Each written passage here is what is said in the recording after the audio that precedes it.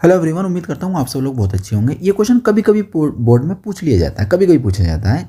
और वैसे भी हम जो एनसीईआरटी का सिलेबस 2025 का देखा है उसमें ये क्वेश्चन हमारे नहीं थे, लेकिन यहाँ पर पूछ लिया गया तो ठीक है, डिस्कस कर लेते हैं। एक फंक्शन है हमारे पास एफ, एक फंक्शन है हमारे पास जी, और उसको इस तरह परिभाषित किया गया कि एफ एक्स बराबर जो है कॉस एक्स, ठीक है, और जी एक्स जो है हमारा वो है 3x²।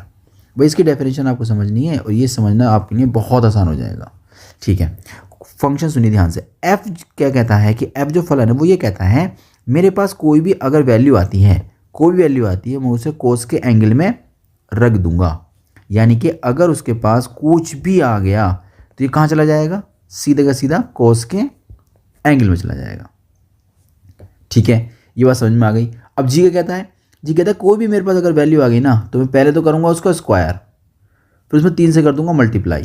तो ठीक है, अगर जी के पास कोई वैल्यू भी आ जाती है तो क्या करेगा बताओ, पहले करेगा उसका स्क्वायर, ठीक है, इसका स्क्वायर करेगा, उसके बाद 3 से मल्टीप्लाई कर देगा। तो ठीक है, कोई दिक्कत नहीं है, हमें ये जो है बात समझ में आ गई है कि किस तरीके से हमारे ये फंक्शन काम करेंगे।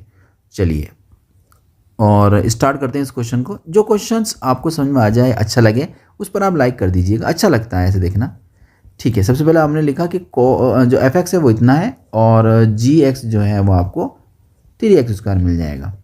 आपको जी ओ एफ का मान निकालना है, याद रखिएगा ये फंक्शंस हमारे एक्स पर डिफाइंड होते हैं, इसलिए एक्स आपको लगाना पड़ेगा, ठीक है।